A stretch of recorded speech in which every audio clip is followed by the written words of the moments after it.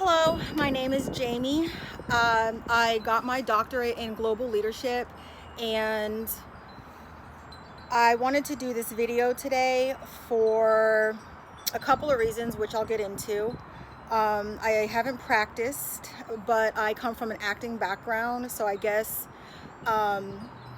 you can say that if life is a stage, then I've been practicing all my life.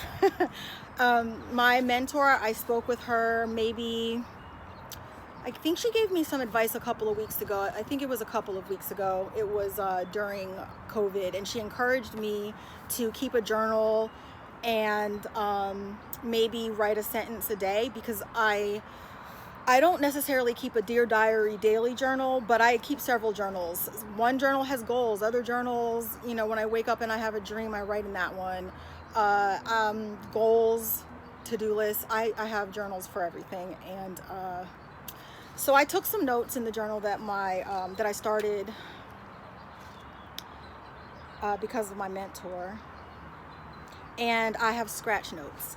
So I want to start by saying why. I think your why is very important. From a very young age, I learned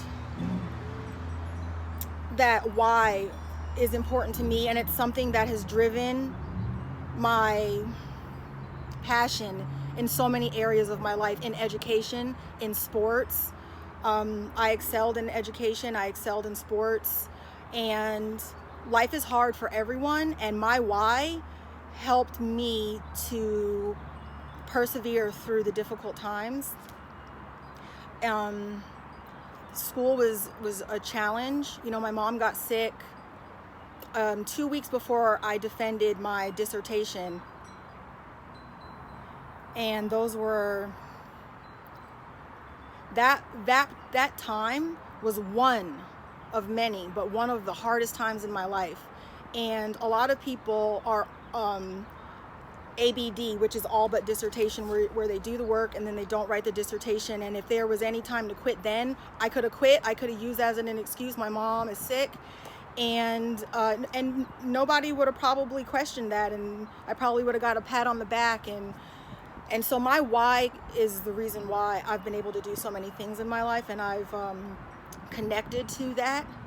And so I have 3 whys that I want to talk about, and I will talk about them out of order because, like I said, I didn't write a speech. My scratch sheet, I ordered my 1 2 3 that turned into 3 1 2 is the order that I'll be talking about those. But I want to talk about why I decided to do this video, because if you look at my YouTube, there's not very much there. If you look at my Facebook, I really haven't posted there. If you look at my Twitter, there's really nothing there very much. And if you look at my Instagram, I really only talk when I have something to say, because I've taken my coaching offline, and I've really been working with people and not really broadcasting things on the internet. And not to say that that's a bad thing, but if you look in my feed, there's sporadic posts, but that's because I'm purposeful for me. So why I decided to do this video, why I do what I do, and in everything that I do, I am a leader, I am a coach.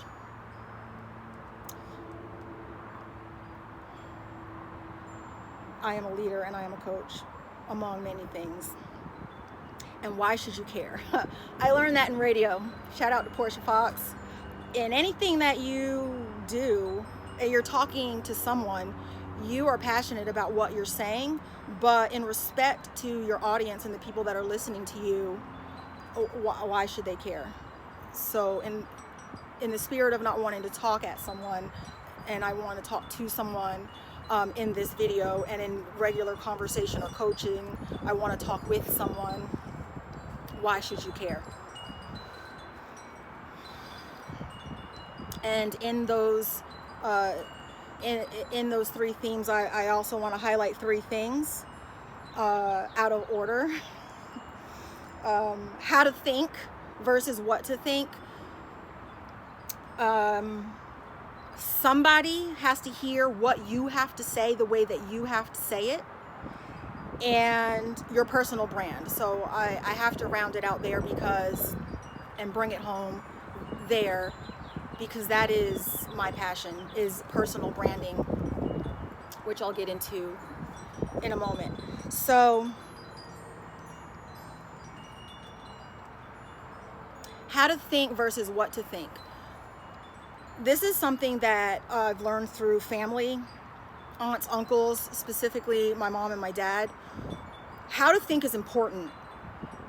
Even with my mentor, we talk about so much, and she gives me such great advice. My mom, she would give me such great advice. My dad, my Uncle Herbie, would give me such great advice. And most of the time I would just act on that, and other times I would question why. You know, as a child, people say, because I said so, be quiet, go play. My grandmother never did that. Whether I was asking a specific question, why this, and I really didn't know the core question that I wanted to ask, which, you know, I would say, why this, Grandma? And she would say, because this, Jamie. And I would think about it. That didn't quite answer my question, whether I asked it clearly or not. And I would ask her, well, why that? And she would continue to answer me until I got the answer that I was initially seeking. And then I would say, okay, and I would go play. I would go climb a tree or do whatever, you know, the Jamie things are that I did when I was a kid. And that served as my foundation through life. And while I was working on my doctorate, and when I got to working on my doctorate, I specifically was focusing on personal branding. And when you're coaching someone and getting to their why, that's the core of, that's the foundation for whatever the platform is that they want to launch off of. So how to think is important, because then you are not subject to other people telling you how to think. So you make informed decisions. And if someone tells you that you should do this, or they give you advice, you can take their feedback under advisement, and then you can make educated and informed decisions for yourself. So how to think is important. Somebody has to hear what you have to say the way that you have to say it. And I've always lived by that. I believe in that. But during this time, so for the present and for the future, if someone sees this video later in the future at some point, we are in COVID-19. We are in a pandemic. And we are also in the middle of, we are just over a week in to the Black Lives Matter protests. And so many people have lived experiences, and they have something to say. So many people have something to say. And while there is lots of respect out there for what people have to say, there's confusion, there's opposition. There are people that are saying the same thing, but they're saying it differently, and getting negative comments and treated poorly online and in the comments, because they are saying something differently than how you would say it. So somebody has to hear what you have to say the way that you have to say it, which is why I wanted to do this video right now. So being respectful of other people's thoughts and points of views. If they say something and it resonates with you, then great. If they say something and it partially resonates with you, then take what you can and leave the rest. If they say something that doesn't resonate with you, ask yourself why. I must respond if I need to, and how I'm going to do that.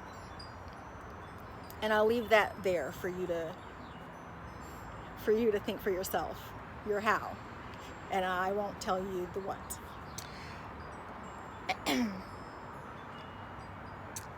And your personal brand. So personal branding is important to me because at the time I was wanting to work on my doctorate. I wanted to solve the big problem, how to align corporate brands with individual brands. And then my board took me right down to the basics and said, well, Jamie, you cannot do that until you define what a personal brand is. And another reason why I decided to work on my doctorate is because I wrote a dissertation which identifies the characteristics of a personal brand, and I define what a personal brand is. Personal brand versus personal branding, the noun versus the verb. They are different. So your personal brand is everything that you are. Personal branding is what you decide to communicate to your various audiences. And that's all I'll say about working on my doctorate. But your personal brand is who you are, what you stand for, and why you stand for it. Okay, and so those are the three highlights I wanted to highlight. So some of the questions that I've been seeing, that I've been hearing, that I've been asked is, what can I do? What should I do? How can I help? And this is from, all genders, many different cultures, many different races. And without being specific, my advice is this.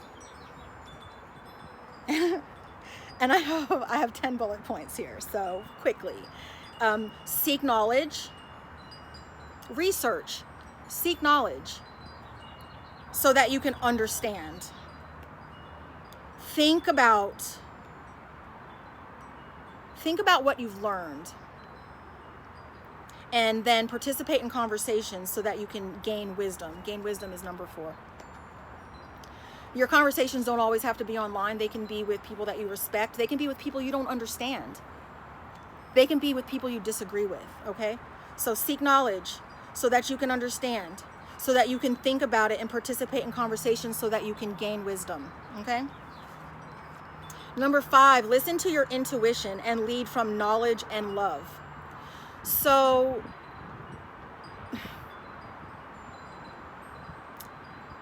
listen to your intuition, okay?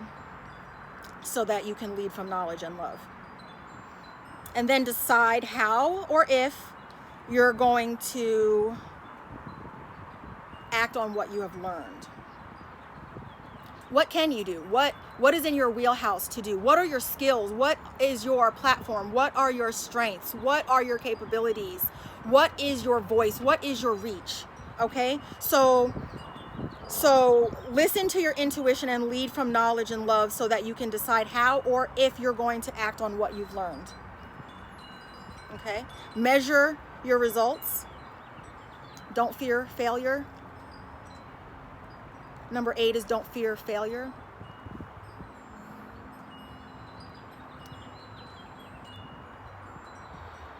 Whether you win or you lose, there's something to learn.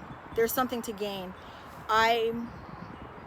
When I was in school, working on my doctorate, my mom completed hers while I was before I was working on mine, and I got lots of advice from her, and I remembered coming up with different hypotheses on what I thought a personal brand was, and I was going to do the research to prove what I thought it was. And that's not how you do research.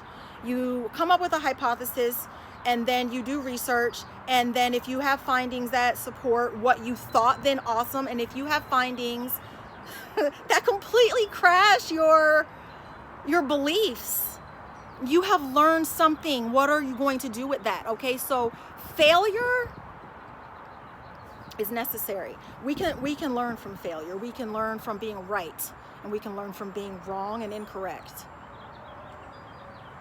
Okay, so number 8, don't fear failure. Number 9, Learn from your experiences. Learn from your experiences. And number 10, have compassion for others who are also learning as well. Somebody out there is where you used to be, and they are looking to you to get to where you are, or they're stumbling. We all have stumbled. You know, I remember I've been mistreated in many different ways, but that's part of life. But I remember feeling, and this could be my perception, and it could not necessarily be the intentions of those that I experienced it from.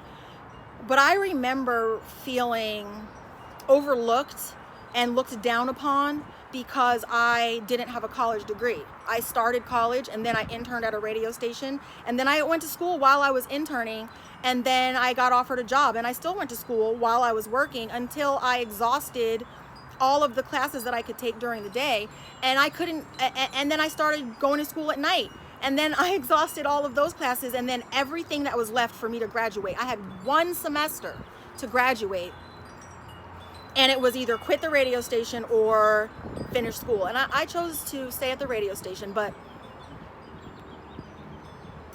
school has given me a lot. It has helped shape my thinking. I have had the privilege, the blessings to have the mentors and the teachers and the instructors that I have had, and I have been blessed with the ability to take that advice and information and to do something with it. But I'm the same Jamie with a doctorate that I was when I didn't have any degree, okay? So have compassion for others who are still learning as well.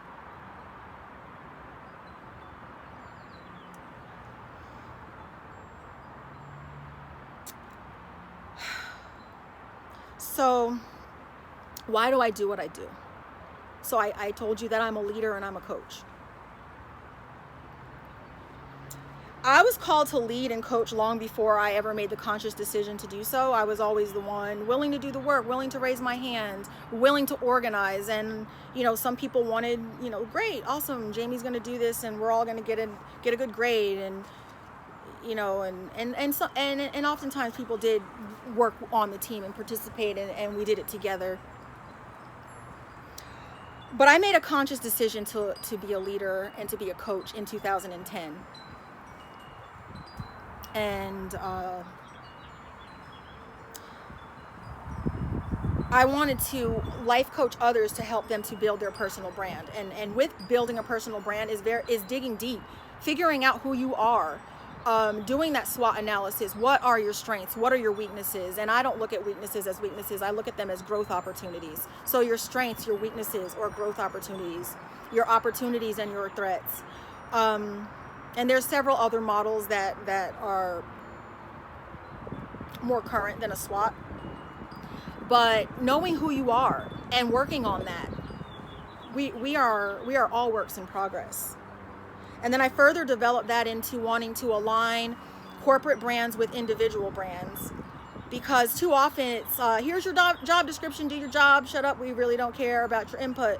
And then you wonder why objectives aren't being met and deliverables aren't getting checked off the list. Taking talent inventory. Do you know as an organization, like, who's working for you, who these people are, what are their strengths before you go and recruit?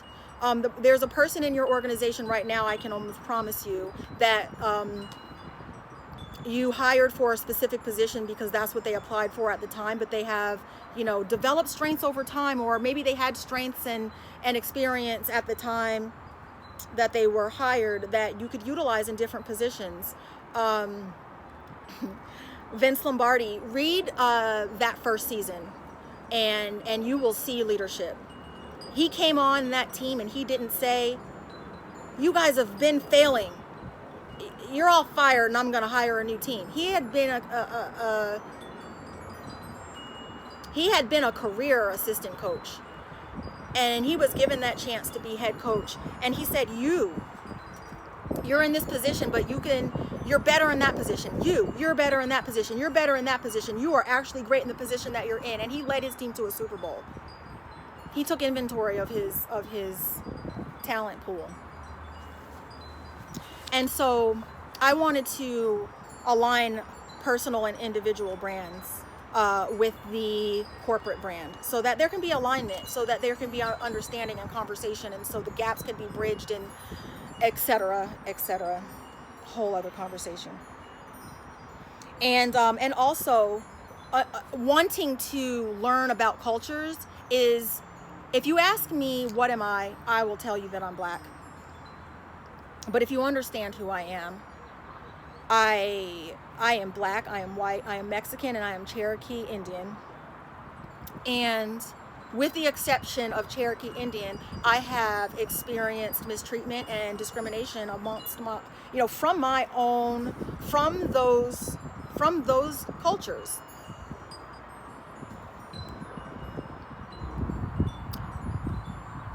It's important to know who you are.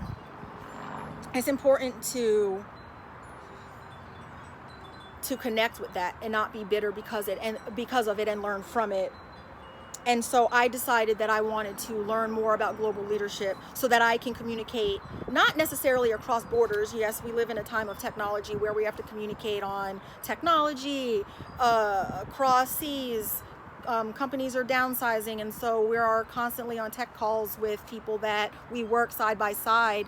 However they live in another country or another city. And even now during COVID, here we are, struggling to communicate with people within the same countries that we live in, because we're so used to being face to face.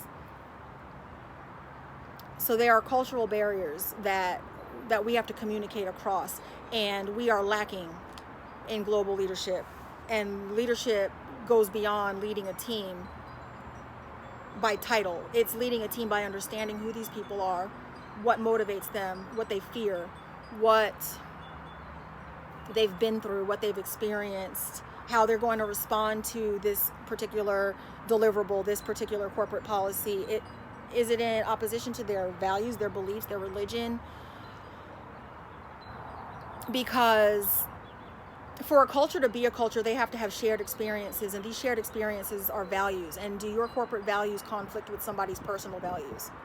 Do your staff answer your surveys? Do they say, I'm okay? And really they're not, because they don't trust you. They don't want to express themselves to you. Do you know who they are? Okay, do you understand? So willingness to learn and the desire to help in whatever way that I can is what I endeavor to do. So why should you care?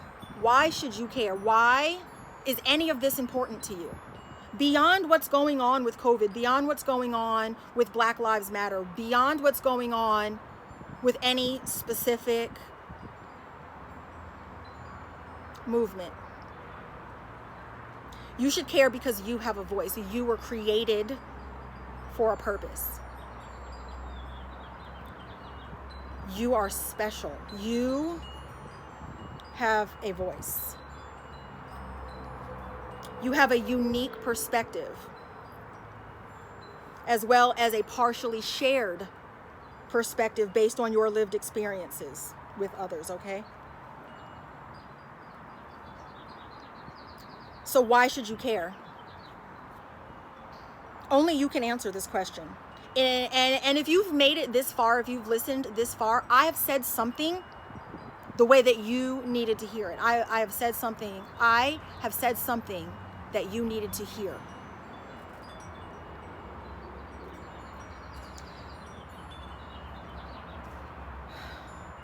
You have a voice, you have a light. And even if it shines differently than somebody else, let it shine.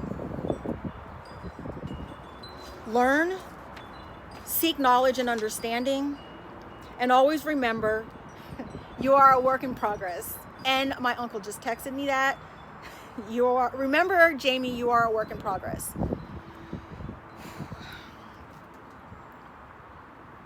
When you know better, you do better. We are not perfect. Let's be kind to others as we learn through life, okay?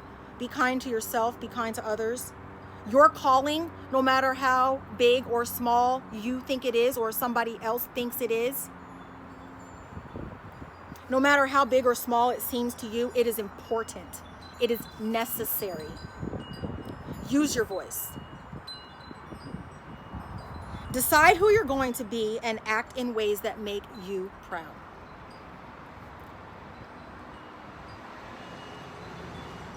Figure out who you are and be that. And when you know better, do better. Figure out who you are and be that. Thank you.